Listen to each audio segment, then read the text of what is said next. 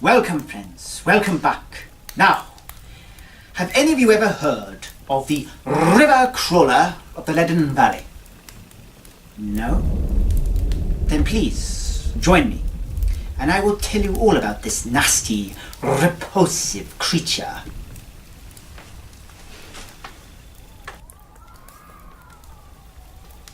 For those of you who don't know, the Leadon Valley runs through the heart of the village of Maisemore, and it is surrounded by many miles of goodly farming territory. Now, a few years ago, I paid the village of Maisemore a visit and made a remarkable discovery, which I shall now tell you about.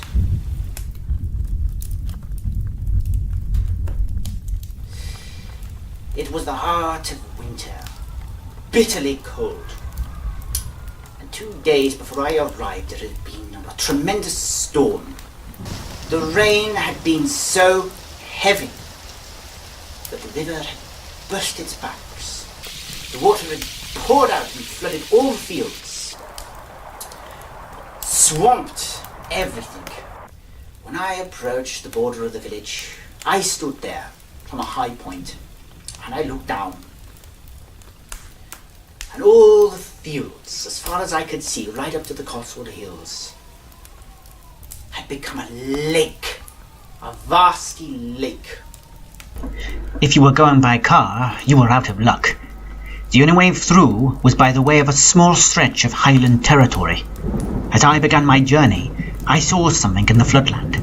I thought my eyes were playing tricks on me. But as I stood, I saw this vast, dark object slide along under the surface of the water. Eventually I reached the local inn known as the White Hart, where I rented a room for the night. As the evening settled in, I got talking with the local innkeeper, a portly gentleman named Philip. And while we were talking, I asked him if he had ever seen anything strange in the water. He looked at me with a wary expression, took me over to a quiet corner. "Yes," he said, "we have seen strange things in the water." "What like?" I asked. "We call it the Leadon River Crawler. You know what it looks like?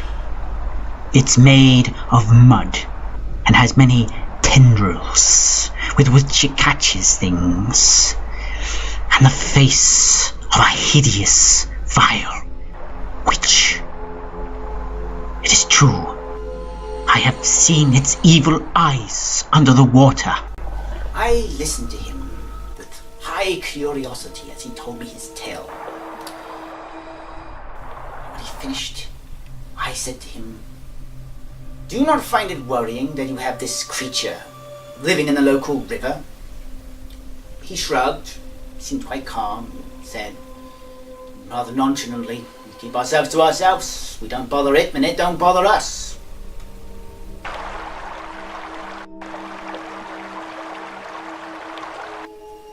I wasn't going to get anything more from him that night, so I retired to my room. It must have been about 5 in the morning when we heard this terrifying scream.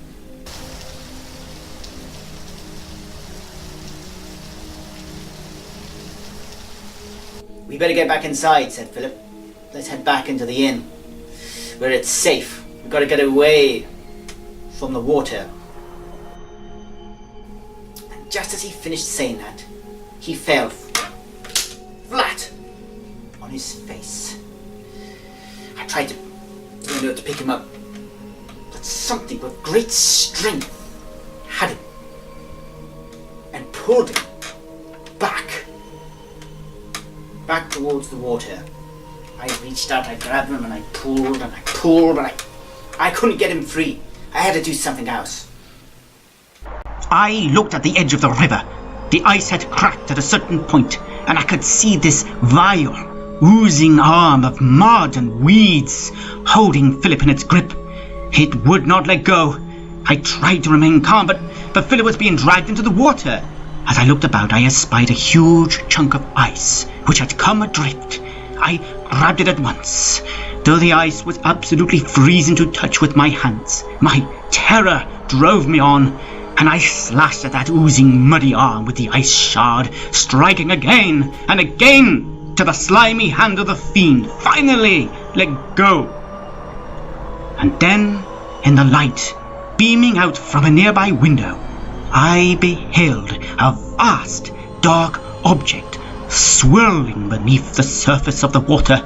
It was serpentine in form, and it had many tentacles around it. It looked unbelievable, like nothing I had ever seen before. And then it was gone. It was so quick, it slid away under the skin of ice, never to be seen again. Not by my eyes, anyway. A few days later, the floodwater had gone down. The roads were cleared again. And we saw a ghastly scene of devastation. There were many dead animals everywhere. Birds, cattle. Maybe they'd drowned in the water, maybe. But the most terrifying thing, something had been eating them. You could see the carcasses, hollowed out, rib cages exposed. Some large and ferocious creature had been devouring these animals, trapped in the water. If you ever find yourself in the village of Maisemore, exploring the valley, make sure you stay away from the water.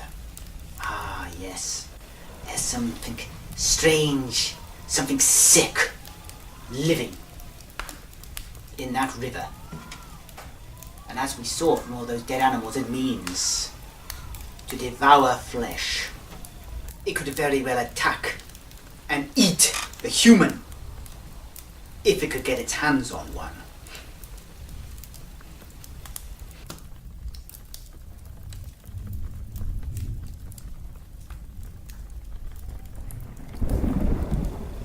Well, my friends, that is the end of my tale. But there are more stories to be told, but not today. They can wait for another time. But before you go, I want you to take with you this morsel of advice. Fear is the only true emotion. Look to the shadows. We are not alone.